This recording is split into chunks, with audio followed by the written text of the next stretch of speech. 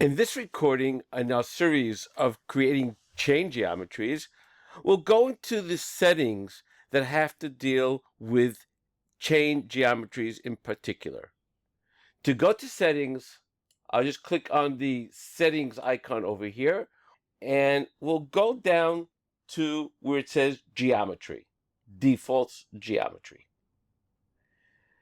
Let's concentrate on this area over here where we have to deal with chain selections and the curves and constant Z tolerances. I'm going to bring over a picture of how the chain geometry looks today as default, and I'll match the two. This picture represents actually how it looks inside an operation such as profile or pocket. We have the first option here called chain selection, and this one has a gap minimum and gap maximum. You usually do not run into this kind of issue today. However, there are times where you may have a sketch and there may be a small gap between one edge to another edge.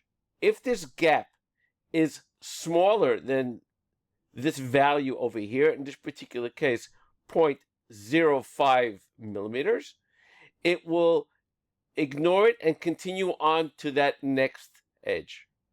If it is in between these two values, gap minimum and gap maximum, it will stop and ask you, do you want to close the gap?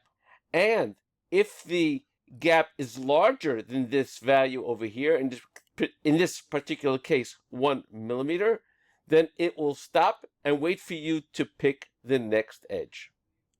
Next, we have the option called Show Chain on Work Plane. You can see that over here where it shows Show Chain on Work Plane. And as you can see, it matches as it is checked off over here by default. Next, let's go into milling.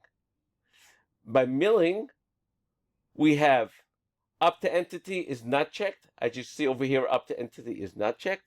We also have tangent propagation, constant Z propagation. By default, they are checked. On the other side, we have turning. We're not going to go into that now, but you basically have the same type of chain geometries. Over there, though, you have up to entity checked. Next, we're going to go down to the constant Z tolerance, which is what we have at the bottom over here, where it says delta Z tolerance. Just like over here, the delta Z tolerance is plus minus 0. The same is inside our chain geometry inside the operations. Let's go further down now. We have smart face settings. We have it in 3 different places. We have it in pocket and eye machining. Basically, those 2 types of geometries are the exact same types of geometries. And we also have it in profile. And as you can see over here, it is checked as well as smart face being checked. There's one more option over here, which I'll talk about, and we'll deal with this later on when we go into the operations. We have auto depth, where the depth of the particular operation will be in accordance to the first edge that we pick on the geometry. This concludes our series of chain geometries.